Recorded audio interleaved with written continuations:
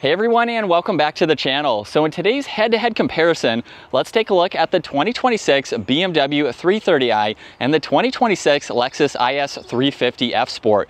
I borrowed both of these from Hendrick BMW Charlotte and Hendrick Lexus Charlotte, so take a look at their links down in the description along with the full detailed reviews that I have been able to make for both of these sedans.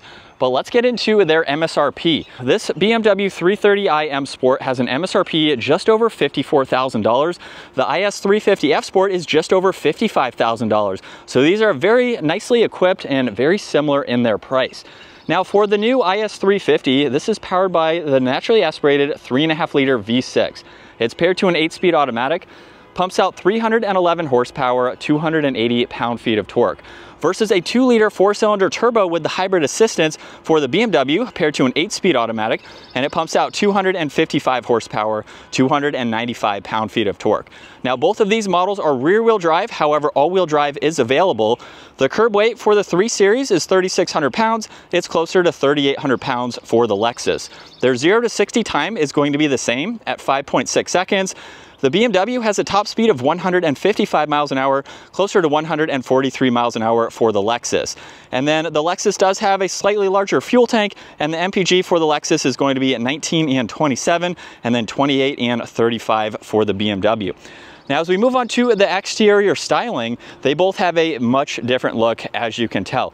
For the Lexus, it has that same hourglass design for the grille, a little less prominent than the previous generation, but for this particular model, there's also the sensor for distance pacing, a forward camera, there's also lots of gloss black accents, and a dark housing for the LEDs with that iconic DRL strip, and the Lexus badge is now placed on the top. Very similar to where the BMW badge is, where this has the kidney design for the grille.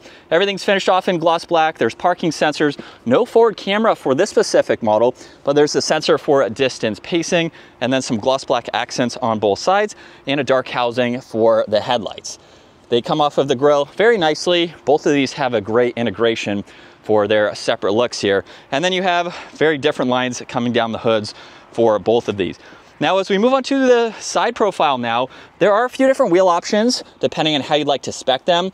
But for the BMW, this has the gloss black wheels with the red M Sport brakes, and then this has gloss black with the red Lexus brakes there, which is nice to see. Now, this also has power folding side mirrors, and you'll notice just the turn signal. If you opt for the camera system, of course, you will have a camera, just like on the Lexus here with the power folding side mirrors. Now, both of these have a sunroof. The window trim is blacked out as well, and as you can tell, they do have a much different styling for the sides. A little bit more crisp angles and lines for the BMW. They flow a little bit differently for the Lexus here, some smoother lines, especially in back. Now for the IS350, this has a very large gloss black spoiler. Lexus is also now spelled out just above that trim accent for the lights. There's a backup camera, parking sensors, and then the dual exhaust down below. Now you can use the control on the key fob or the one underneath, where this does have a manual trunk lid.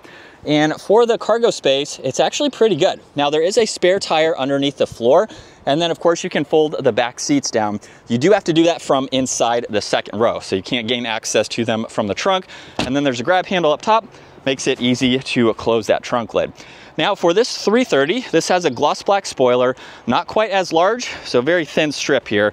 There's a backup camera, a dark housing for the LEDs, parking sensors, and then a dual exhaust down below with more gloss black. Now this particular 3 Series does have the power trunk, so you can use the control on the key fob or the one up underneath, of course, and it will open up where you'll have about the same amount of space. However, there's no storage or spare under the floor. So you do get that in the Lexus, but you can also fold down the back seats from the trunk here. So if you need a little bit quicker access, you can do that. There's also some storage bins on both sides, and then you can close and lock the vehicle with the controls up top. Now, as we move to the interior, this IS350 does have proximity door handles, so you can grab any 4 to unlock it. And this has a neat trim accent surrounding the window control. There's no storage in the lower section of the door. You do have the speaker there, and then this is the release for the seat in order to fold them down, and you have that cutout in order to place in some larger items. And then there are a few different interior color options for the seats, of course. And at 5'10", I have a good bit of space. There's storage pockets, auxiliaries, and vents in the middle. A small bulge for your middle passenger there, but it's not too bad for what it is there. And I am just barely touching the headliner. Now this isn't a large sedan, but it is doable for adults like myself to be in the back. You can put in a car seat, you can have smaller kids. It's practical for its smaller size. There's also the armrest, and then you do get cup holders that pop out of the end there, and a pretty small pillar in the back, just giving you more light and more visibility around that section. Now, as we work our way to the 3 Series, there are different configurations where you can set this up. It does still have proximity door handles, however, but you can set it up a little bit further than in the Lexus, which is nice in terms of locking and unlocking. Now, this has ambient lighting in the back. There's also storage down below with the drink holder, some of those brushed accents. And then with that release already pulled, you'll notice maybe a little bit larger with this opening here. It was kind of cut off in the Lexus there, but you still have a good bit of space and different color options, of course, for these seats. Now, with the BMW, you do not have any storage pockets behind either seat. There's vents and auxiliaries, but you get temperature adjustments and where you'd like the air to go. And the bulge is about the same for your middle passenger. Now, I do have maybe a ½ inch or so more headroom than in the Lexus. So I have a little bit more there where you could be taller than me, but it's still going to be a smaller vehicle nonetheless. Now, right in the middle, there's the armrest with cup holders, and then you can fold down this middle seat. So if you need a little bit more space, you can do that. And then that pillar is going to be just as thin to see around this section. So as we work our way up front now, this has memory seating adjustments, the window controls, side mirror adjustments, a trunk release, and more storage. And then the automatic front seats, there is one manual adjustment, and that is for the leg support. So you can adjust that as needed. Now as we hop in, we're greeted with a solid leather steering wheel, flat bottom design to it with all the brushed accents. But as we start this up now, this has the large curved screen. So you have quite a lot that you can go through. There's also paddle shifters finished off in brushed aluminum. There's all the cruise control settings on the left, and then right side, there's volume tuning, Bluetooth, and voice commands. Now if I push on the middle button, you can scroll through content within the gauge cluster, just depending on what you would like to see. So there's quite a lot that you can get into as needed, and you can also adjust the layout depending on how you want to view the information. Now, this particular model does not have the head-up display. However, that is an option along with that 360 camera system. Now, the steering wheel also has a manual adjustment, so you can pull on that to telescope and move it up and down. The left side, there's headlight adjustments, one air vent, and then with the infotainment system, everything in the lower section is fixed. So you can quickly get through all of this, and you still have controls located down below. So you can use the rotary dial to further get into these, where there's Apple CarPlay, Android Auto. You can get into climate adjustments. There's the interior lighting too, and you have a good bit to set up as needed. Now you can also use those shortcuts to further get into everything, which is super helpful, or you can continue using the controls down below. So on your home screen, there's a split view where you can monitor different information. There's climates, navigation and music, and then this model has heated seats, a heated steering wheel, and there's also temperature adjustments on both sides. Now with some of this information, you can use the voice command. So you can push on this and say, hey BMW, I'm hot. It'll turn the AC on. You can say I'm cold. It'll turn the heat up. There's a few functions like that, even adjusting, massaging seats if that's applicable. It is nice to use that and of course have those fixed there. Now there's ambient lighting, there's vents, volume tuning, hazards, and defrosters. There's also wireless charging with auxiliaries and cup holders. There's a few different trim accents that you can get for this surrounding piece as well. And then this is the gear selector. So this has the backup camera and parking sensors. And then there's drive, manual mode to use the paddles, and then parks located behind that. There's also traction control, parking sensors, engine start stop. And then this model has a few different driving modes. So this will change the throttle input slightly and the exhaust slightly as well. There's also auto hold and the e-brake, and then an auxiliary with storage in the armrest. There's a locking glove box, and then up top are garage door buttons, dome lights, and controls for the sunroof and sunshade. Those are both automatic. And then here's a look at visibility. With the thin pillars in the back, it's very easy to see over both the shoulders there. So while this is a small sedan, there's really not many blind spots. I've been able to drive both of these to be able to tell. And let's work our way to the latest Lexus now, where this does have memory seating adjustments, the window controls, side mirror adjustments, and then storage down below. The trunk release is actually located down below with the hood release there. And then these are full automatic. for the seats. And of course you have different color options as well. Now as we hop in, this is split between solid and perforated leather. And then as we start this up, this has some dark gray paddle shifters, the F Sport badge down below. Cruise control settings are on the opposite side, where there's also mode and tuning. And then the left side, there's voice commands, volume, and the arrows to go through the full digital gauge cluster. So this is new for the IS model, and you can go between 3 different settings here, depending on what you would like to set up. So when you hit on OK, now you can customize the left, the center, and the right. So just like the layout in the BMW, you can configure this a little bit more with what you would like to see, but everything else is going to be fixed in terms of your miles per hour, the tach, outside temperature and time, and then the vitals in the lower section. But it's nice that you can go between the 3 different screens depending on what you would like to see while you are driving. Now there's also the sensor up top just to make sure you are paying attention. And then this has an automatic steering wheel, so you have that adjustment to get that dialed in. Now this also has a rear sunshade, and there's a view button for the camera system. Since this has the full 360 camera system, you have 2 different angles that you can monitor while you are in park, just to give you another view before you start moving the vehicle. Now there's also odometer, reset, along with dimmer switches. There's 1 air vent. No head-up display for this model either. And then this is the larger infotainment system. Now it is strictly a touchscreen system. In previous IS models, there was the touchpad down below, and that has been taken away. So it is strictly a touchscreen system. And you have fixed info on this left side, so you can quickly get into all of this. You can look at your climate adjustments, your driving assistance, where there's a lot of standard safety features. There's even an active sound, so you can actually turn on some piped-in exhaust noises by going through those adjustments. And then there's various settings to get into, even with your vehicle customization. There's some interior lighting, not quite as prominent as in the BMW, but you still have that nonetheless, and you can go through a good bit of information there. So it's about as easy to use as the BMW, not quite as much info, but you can even pair your phone to this system and go through that, of course. Now there's air vents underneath that, and then for the climates, there's temperature, fan speed, where you'd like the air to go, along with some defrosters, and then auxiliaries, wireless charging, and 3 different driving modes, just like in the BMW.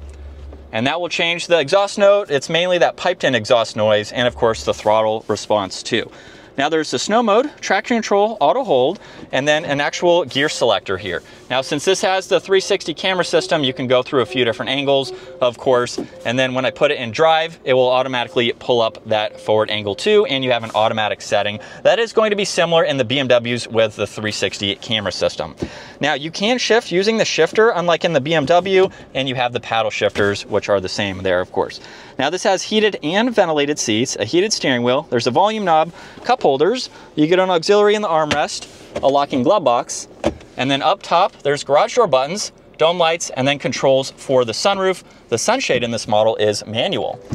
And then those pillars are going to be fairly similar over both shoulders, just because it is somewhat similar being a sedan.